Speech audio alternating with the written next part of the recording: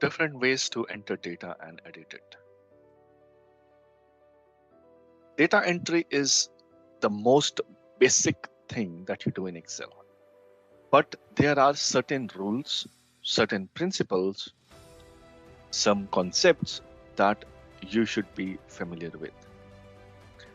In this worksheet called data entry in our file, module 2, entering data techniques, we are going to be creating a small worksheet here consisting about 6 months of data here. And because I'm not going to use so many rows, so many columns, I'm going to zoom in a bit. How about this one? I think that should be good. Now, I want to track sales, expenses, and profits. In order to put an entry here, and remember, you can click on any of the cells to go there, or you can use up and down arrow keys to move to any of the active cell. So I'll make sure my active cell is A2. I go to A2 and I'll start typing sales. To complete an entry, I must press enter to go down to A3. Now, if I press enter, it will take me to A3.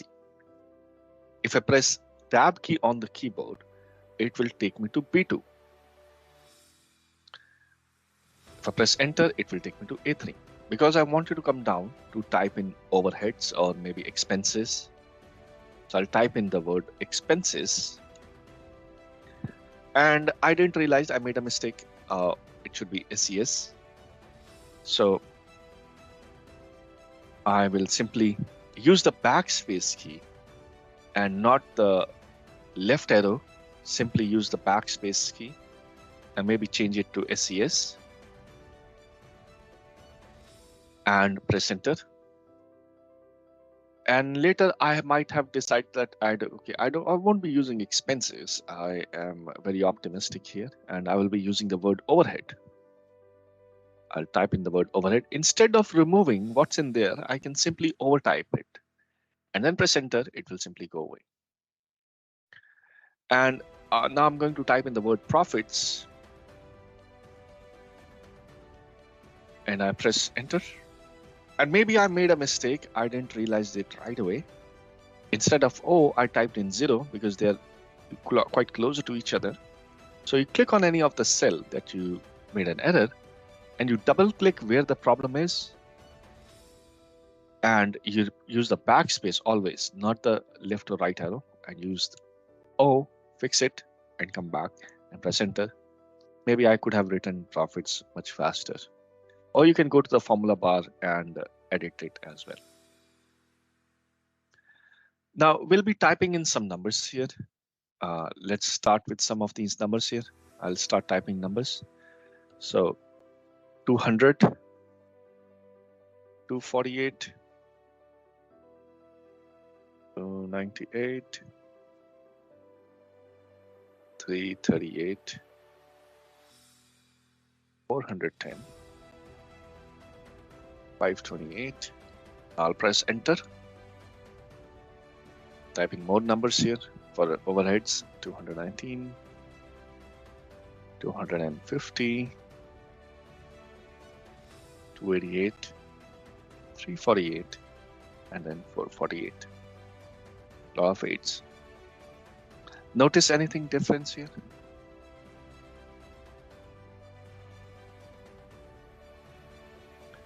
Now, the number in cell B2 quite looks a little different here.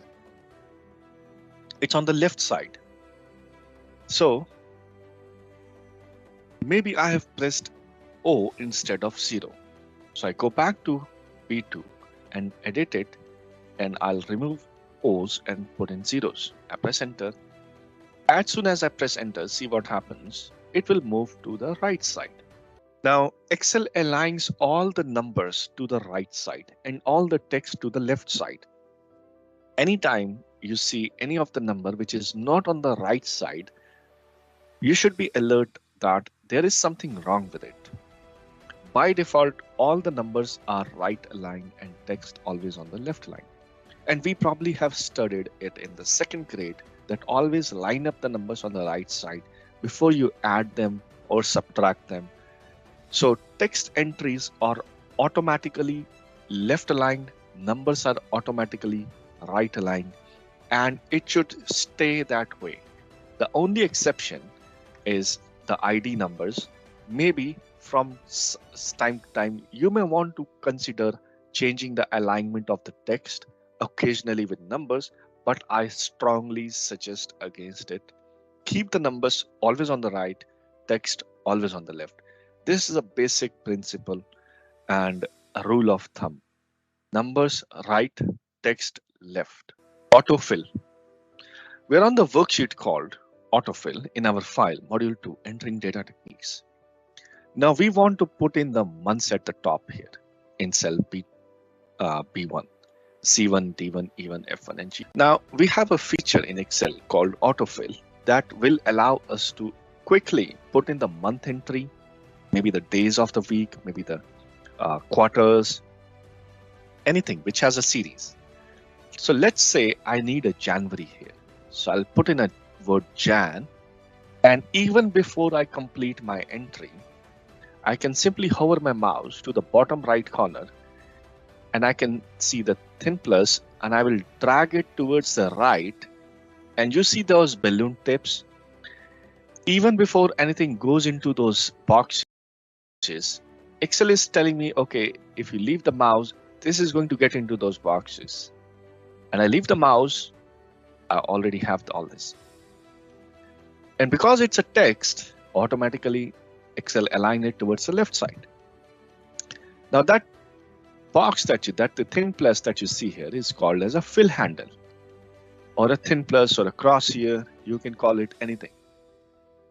It will automatically pull in, see the series, what's going on, and it will automatically complete that series for us. And if I keep dragging it, if I keep moving it, it will tell me, okay, what is going to happen. Now, where else would it work? Let's check out some more examples. Let me zoom out a bit. And over here, if I type in January, if I type in the full name, will it work only on the right side? It will work on the right side. How about the bottom? It will work on the bottom. What happens after December? The series will continue. On the left side, will it work? Yes, it will work on the left side. Will it work backwards? Yes, it will work backwards as well. What all options will it work? Let's remove this one and check out some more options here. How about Monday? Here it is. Here it is. And you got the sense where all it will work. How about the quarters? We have 4 quarters in the year, Q1, Q2, Q3, Q4. And after 4th quarter, it will repeat itself. How about the dates? This is the today's date. It will keep on adding one more date. How about the time? This is current time. It will keep on adding the time. So it will keep on putting the series. It will identify what's going on and it will complete those series for us. How about this one? Do I need to have 3 digits, 3 characters? How about this one? If I press in this for January, will it work? No, it doesn't work. It has to be 3 characters only or the full name. So autofill will quickly allow us to pull in the month entries, where needed the days of the week, where needed the dates, times, quarters, whatever is appropriate. Undo, redo. As with anything, we make mistakes.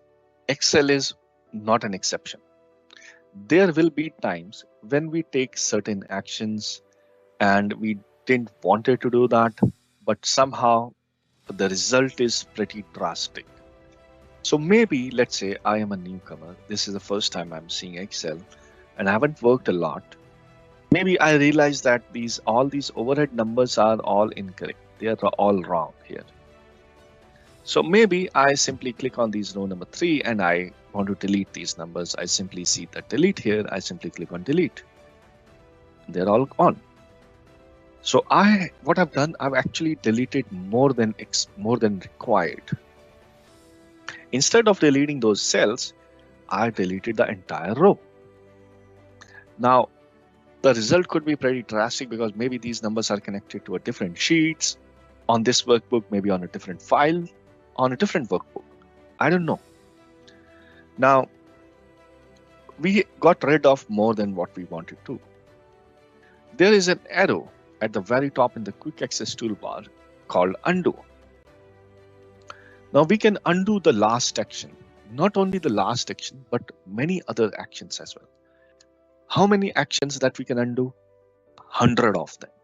If I click on this pull down and I can see scroll down, you can undo up to last 100 actions. And if I want to undo, I can simply press undo, or Control C is the shortcut to bring it to undo that. Now, when we undo something, we also activates the redo. Now, here are actions that you have just undone. So it may sound a little bit funny, but if you would like to obviously undo the undo, you do redo. So I undo this overhead and I want to undo this again. So I don't undo it. I'll simply redo. It will go away. So it may sound funny, but undo the undo is redo. And there's a shortcut called Control Y. That takes you in another direction. You can press Control C or Control Y side by side, and you can see how this is going to look like. Now, you want to have knowledge of undo and redo pretty much, because it can give you confidence that yes, you can make some serious mistakes. That is certainly not your intentions, but you can make the mistakes and you can bring them back. You can fix those problems here by using undo and redo. But there are certain actions which are in the ribbon that if you do, you cannot undo and redo. For example, let's check some of those actions, the actions that actually destroy the data, or the commands that you need to be careful with. If you use them, the undo and redo will disappear. There are certain actions in the view tab. Let's say, for example, freeze panes. You can freeze panes, but you can't undo. So hide, you can't hide, unhide, but you can't undo. Split, you can't undo. Arrange all, can't undo. New window, can't undo. Macros, can't undo. There are certain actions in the Sheets tab. Hide, you can't undo. Tab color, you can change the color, but you can't undo. Protect sheet, can't undo. Move or copy, cannot undo. Rename, you can rename again, but you can't undo. Delete, you cannot undo. Insert, you cannot undo. For example, let's say you delete a sheet. It will immediately destroy undo and redo. What happens? Keep an eye here. I've got undo here. I've got over 99 actions here. One is redo. So 100 actions I can undo or redo. I right click on this sheet and click on delete. Keep an eye here. What happens? If I click on delete, my undo redo is gone. All of the undo and redo is gone. Now I cannot undo and redo because there is nothing I can undo and redo. I've deleted a sheet. I've used a command that had actually destroyed the data. What if you have opened a new workbook, you've done all the great things, and you have not saved it, and you deleted that sheet? You cannot bring it back. So once you delete a sheet, there is no way you can bring it back. So I always recommend stay away from deleting anything. Simply hide it. You never know when you're going to use them. So Control Z to undo, Control Y to redo. There are certain actions which you want to consider and which you want to be careful with. If you do, you will destroy this undo and redo capability. A very viable tool, a very handy and a very valuable tool sometimes helps you on undo and redo. In this workbook, Module 2, Entering Data Techniques, in our file, in our chapter Saving.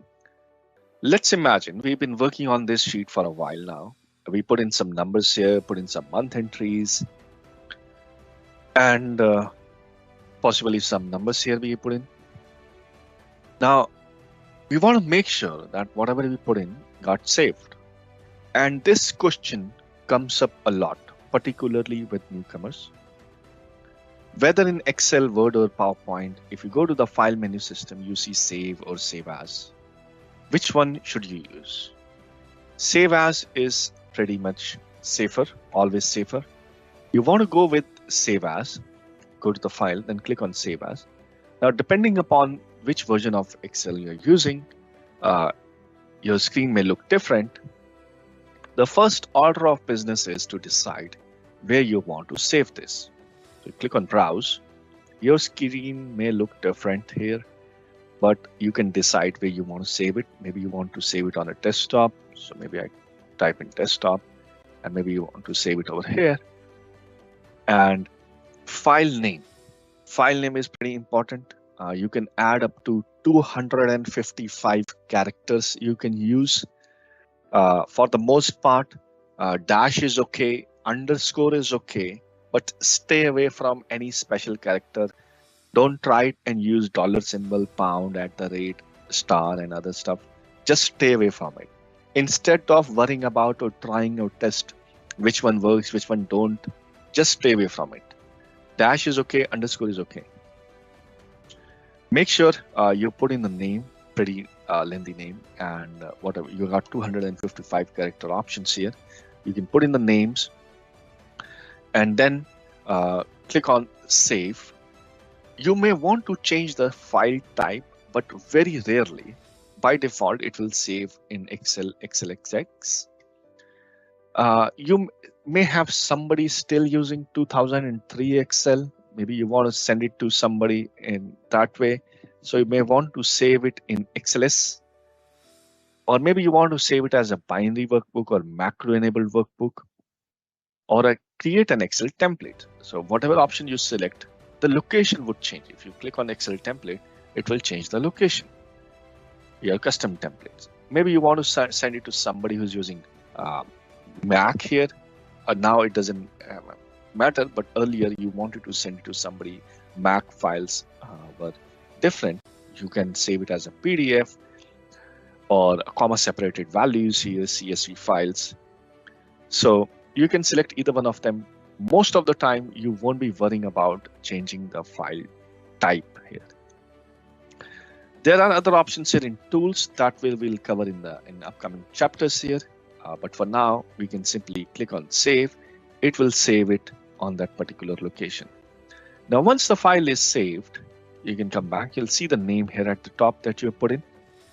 And then you can simply press Control S, which means an update. Saving a file means you're saving it for the first time. Always always use save as. Then you can always go back to the file menu and then click on save. Or at the very top in the quick access toolbar, you have this floppy button, save, Control S. So save means you have the data, you saved the file. Now you updated some of the information. You want to make sure that the new updates are saved. So you simply press Control S or save. General rule of thumb, you start with save as when you're saving the file for the first time. Thereafter, you can use save. Occasionally, you may want to use save as when you're worried about changing the file name or changing the location of a file. Save as perhaps safer. You don't need to use it all the time. Only occasional use. Otherwise, quick file save much of the time means an update. And that's what you do when the file is already created.